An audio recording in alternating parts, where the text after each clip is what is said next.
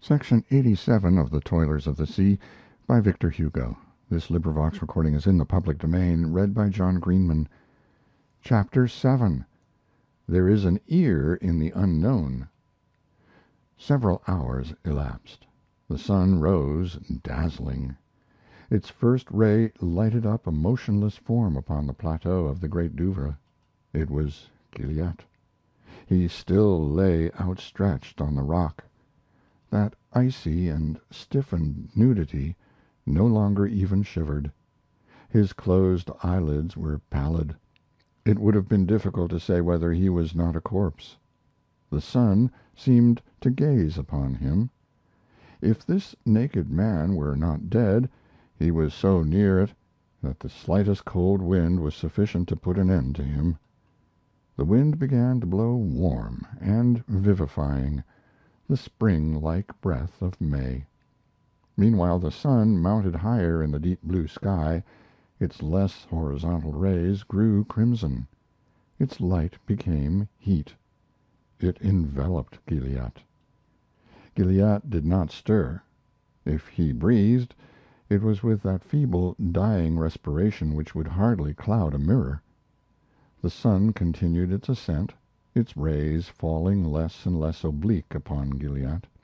The wind, which had at first been merely warm, was now hot.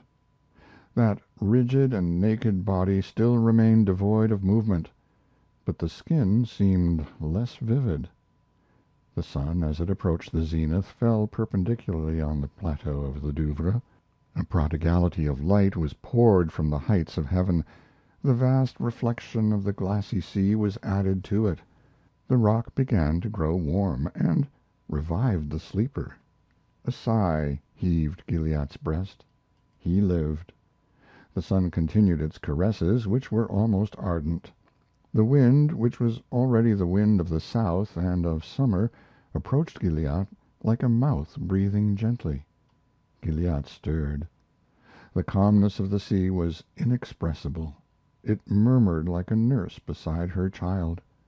The waves seemed to be cradling the reef.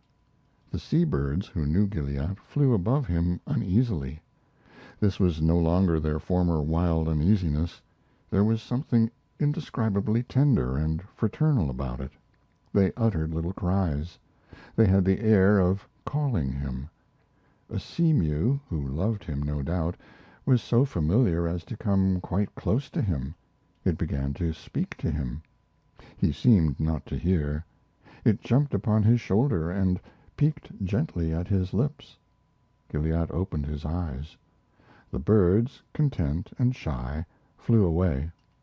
Gilliatt sprang to his feet, stretched like a lion awakened, ran to the edge of the platform, and looked down into the passage between the Douvre beneath him. The boat was there intact. The plug had held firm. The sea had probably not disturbed it much. All was saved. Gilliatt was no longer weary. His strength was renewed. His swoon had been a sleep. He bailed out the boat, made the hold dry, and raised the leak above the waterline, dressed himself once more, drank, ate, was joyous. The leak, examined by daylight, required more labor than Gilliatt would have believed. It was a rather serious injury. The whole day was not too much for Gilliatt to repair it.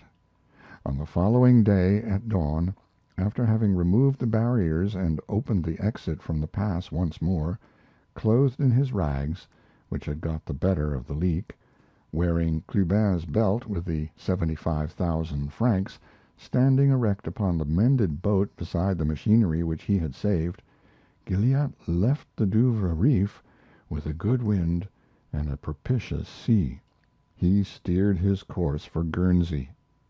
At the moment when he was quitting the reef, any one who had been there might have heard him singing in a low tone the air of Bonnie Dundee. End of Chapter 7. There is an Ear in the Unknown.